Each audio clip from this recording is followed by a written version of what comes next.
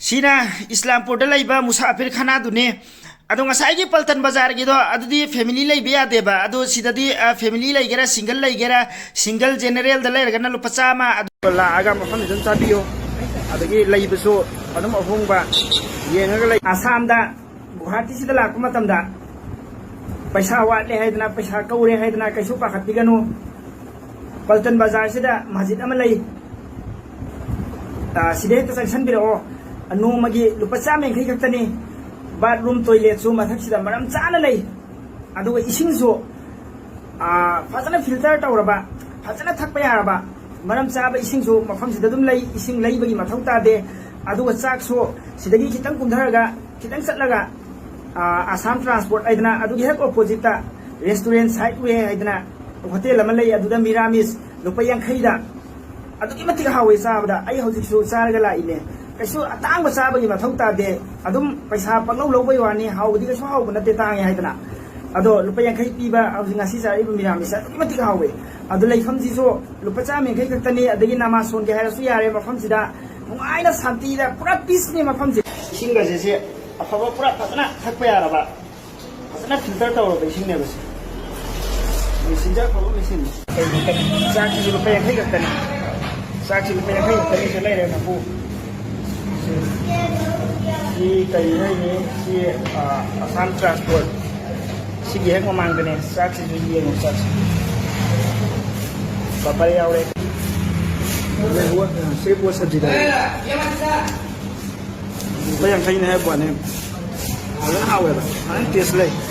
ada mayam la aga kita dio west side restaurant hai ba se Assam State Transport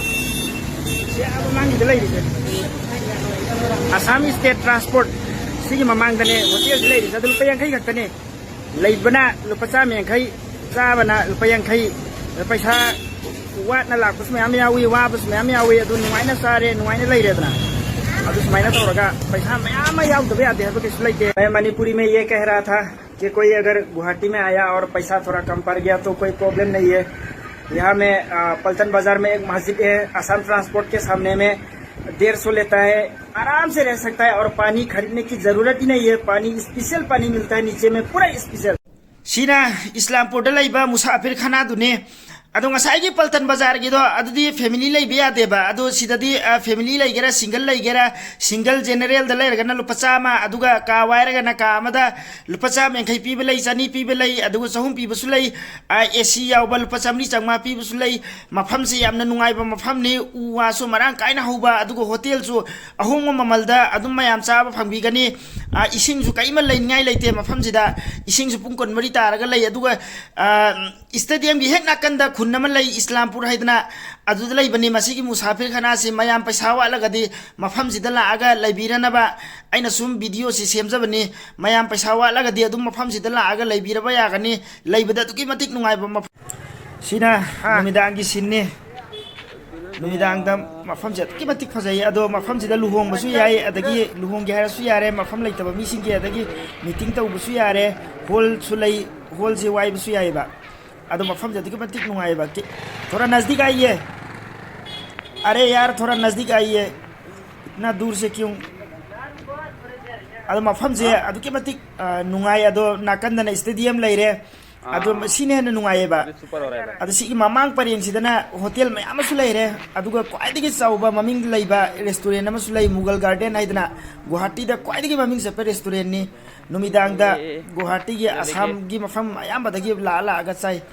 अदो मफम जे Tuki मतिक नुंगाइ ngasi लुहोंगबा म लै नहान सु अमन लुहोंगे था मसिदा 10 रक हेलमनी मफम सिदो मोइना वायर गा होंगी से अदु होंबगी ना 5,000 पीबसु यावी 10 पीबसु यावी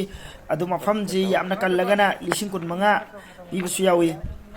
होंबगी दे पूरा मोइना पोच कई जे रिजर्व तौबनीना अदे नोंग वक्तसु नतेबा निनी हुमी संगसु यावेबा